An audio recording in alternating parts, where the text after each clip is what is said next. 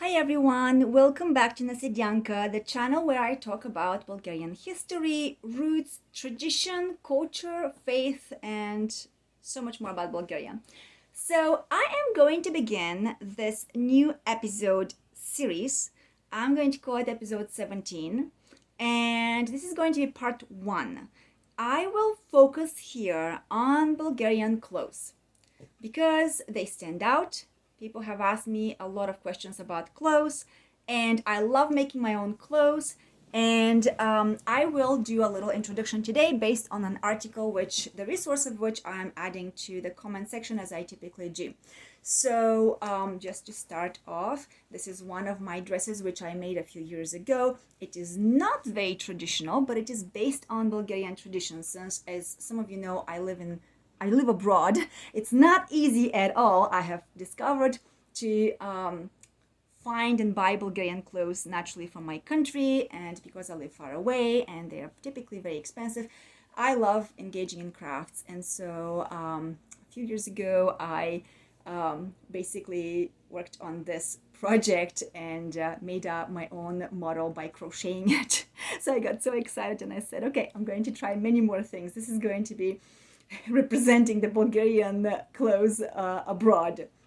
But I wanted to begin introducing you into what they actually mean and what they actually stand for. So here is an article which I would love to share with you. It comes from Sparotalk website. I am including this in the comment section, like I said, by Pavel Serafimov's research. It is called The Origin of the Traditional Bulgarian Costume or Clothing. And so many of you know that I prepare my articles and so that I can translate and then read them to you. So that's what's going on here. So here's what he says. Until about 60 years ago, the Bulgarian national costume was also a kind of an identity document. By its distinguishing marks, one could tell what area a person came from, what clan, tribe, town, city he belonged to, and even if he was a family member or not. In other words, if he belonged to a particular family or not. The embroideries on the clothes were not just some mere patterns, but ancient motifs passed down from generation to generation and jealously and zealously guarded and transmitted through those generations. Like a family legacy, right? Few people know how old this tradition actually is. It is known that the Bulgarians are extremely conservative, that we love our own, but the truth about the age of our costume or clothing, national clothing, folk clothing, will exceed even the wildest expectations.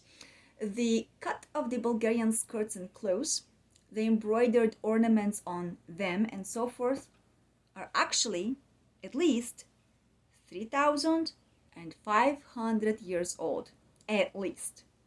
In the 1970s, a certain professor, Norton Taylor, conducted research in the emergence of the Celtic civilization. Tracing the influences that shaped the society of the Celts, the British scientists also examined the culture of the material or the textile of the Thracian lands from the time of the Bronze Age. Remember, the Thracian lands belong to the Bulgarians, those are the ancient Bulgarians. It immediately struck him that the clothes of those idols, as well as their decoration, were typical of the clothing of the modern population from the lower reaches of the Danube River. In other words, those are the Bulgarians. Another researcher who paid attention to the same fact was called G. Ardea. So he presented his work at the Third Congress of Trachology held in Vienna on June 3rd through the 6th in the year of 1980. According to him, the motifs from the national costume and the embroideries of the Romanians are found even among the Thracians, the Gete Thracians. What was omitted to be added here is the fact that these same motifs or embroideries, shapes and forms, right, are also typical for the Bulgarian traditional attire, clothing attire, And also that, according to historical resources, the Getae are the main component of the population of the Danube, Bulgaria. I've spoken in previous episodes about the ancient Bulgarians, so please always feel free to refer to those for more information and deeper historic facts. It is also ignored that the oldest toponyms from the lands of Romania are explained using Bulgarian language and not Romanian. Another fact. This is a fact that clearly shows the origin of the people who inhabited the lands near the Carpathians during antiquity. Even in later times, Bulgarian-speaking people inhabited considerable territories north of the Danube River. This is evidenced by the large number of Bulgarian village names such as Prigorie, Padina, Bagati, Podlogi, Rodna, Vidra, Zlatna, Sohodol, Izvoru, Glina, Salihte, Kuki, Mârci, Voda, Dobromir, Dragomirești, Negumiru, Dobra, and so forth, and so forth, and so forth. These names and many others sound extremely clear to each of our compatriot Bulgarians because they were given by Bulgarians. They're clearly Bulgarian names.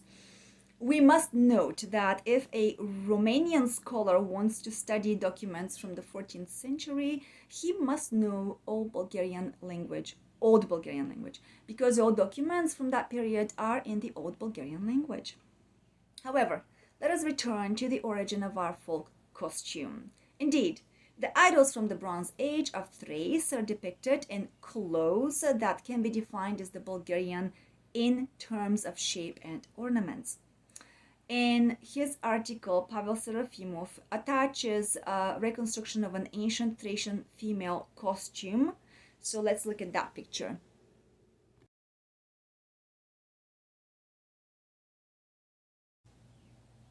So you guys can see the cut and embroideries are borrowed from these idols or statues that were found on the lands of the Balkans, more so in Bulgaria, but other countries around there as well, because of course that used to be ancient Bulgarian population.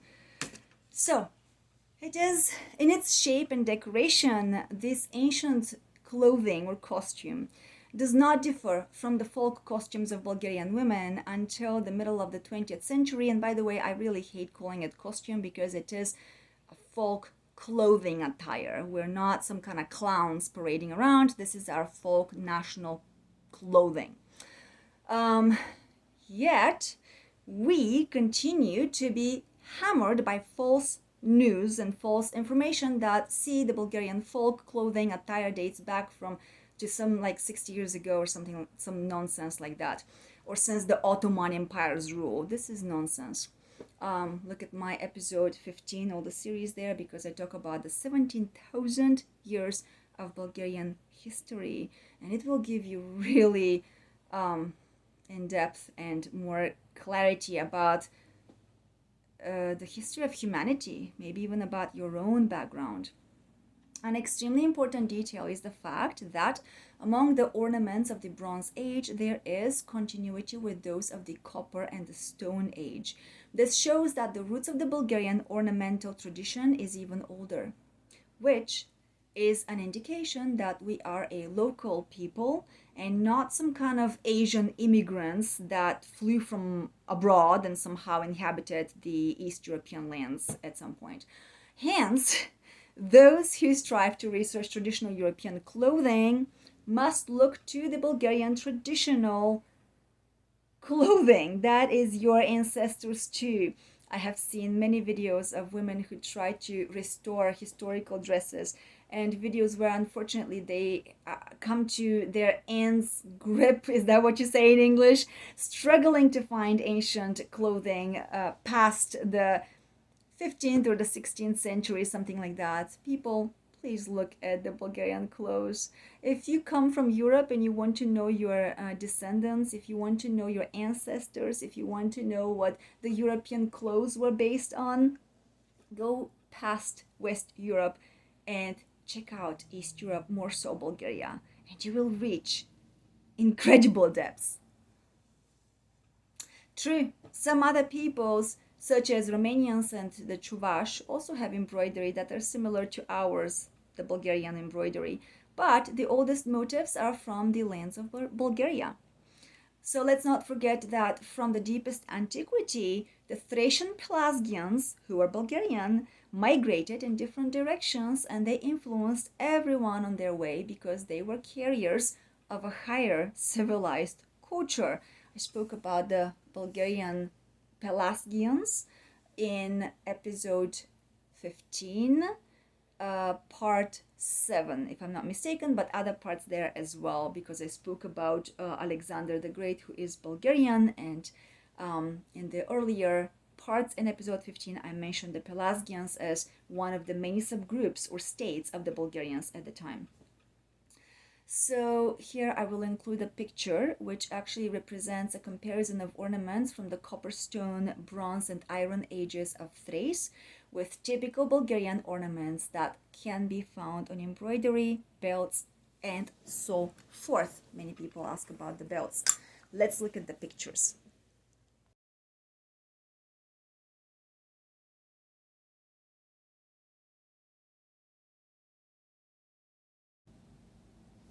And so, there is no data on male Thracian costume or clothing from the Bronze Age so far that we know.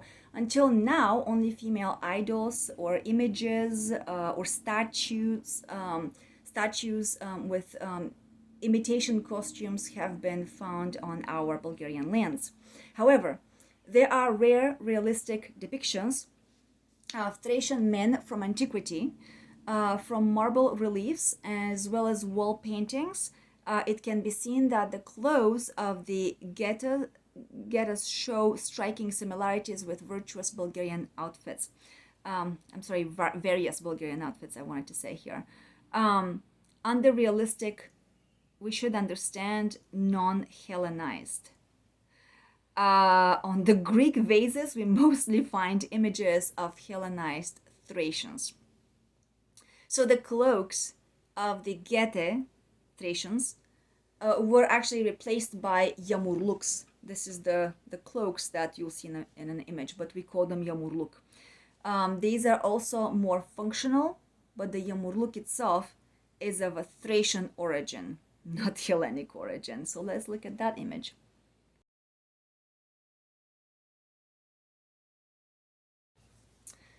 And so here, our real passport, identity, the traditional Bulgarian clothing attire clearly and convincingly shows where our, as well as the European roots are located.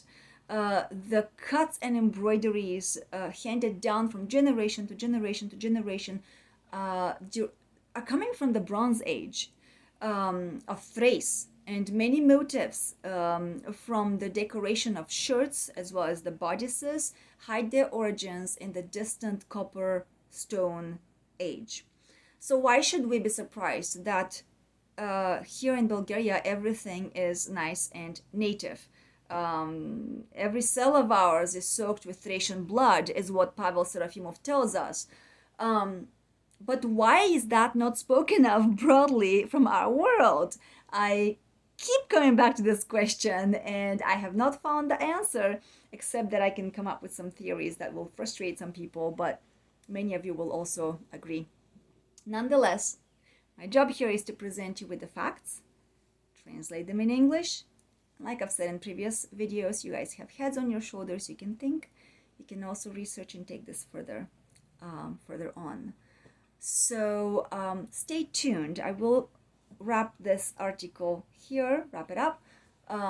There is another one that I would love to soon at some time present to you about the Bulgarians and the Nazca Native Americans, as well as other Native American tribes, and you will see more clearly the similarities in the clothing as well as other crafts, the styles of their crafts and sewing and so forth and so forth. So stay tuned.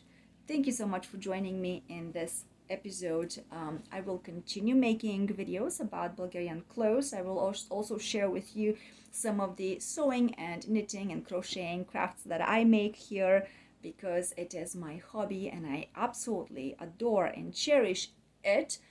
Because you know what? It is a sign of, or a symbol of connecting with my ancestors, and it is a symbol of respect for who they are and were. And if you think about this ancestral line having survived thousands of years, at least 17,000, like we've talked about in previous episodes, it cannot but inspire awe and admiration, so much more to want to preserve that which is has survived over so many centuries, not just hundreds of years, millennia.